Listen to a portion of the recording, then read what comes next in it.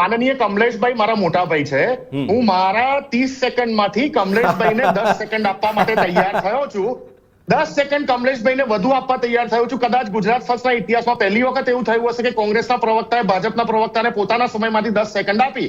એમને ફરી પૂછો કે બજેટમાં તમે ખેડૂતોનું દેવું માફ કર્યું કે ના કર્યું, હા કે ના? બીજું કઈ આ બધા 400 કરોડ 500 કરોડ રોજ સાંભળીએ છીએ અમે રોજ સાંભળીએ છીએ. અને પ્રધાનમંત્રી મોદી સાહેબના બી જુમલાઓ રોજ સાંભળીએ છીએ. 15 લાખ વાળા બી જુમલાઓ સાંભળ્યા છે, 2 કરોડ વાળા નોકરીઓના જુમલા સાંભળેલા છે.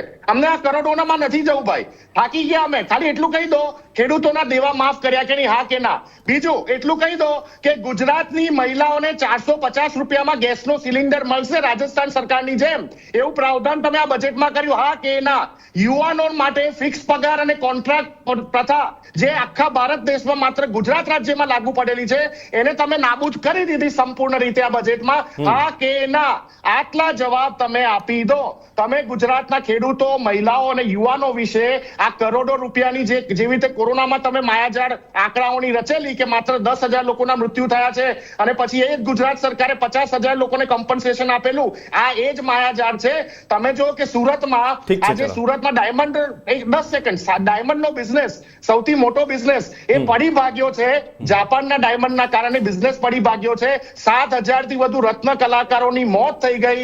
54% થી વધુ રત્ન કલાકારોની નોકરીઓ જતી રહી. એમને કમબેક કરવા માટે, એમની પીઠને ઊભી કરવા માટે તમે આ બજેટમાં શું પ્રાવધાન આપ્યું છે? કોઈ આ આંકડાના માયાજાળમાં કોઈ જવાબ નથી માંગતો. ઠીક છે, છેલ્લો એમનો જવાબ લઈ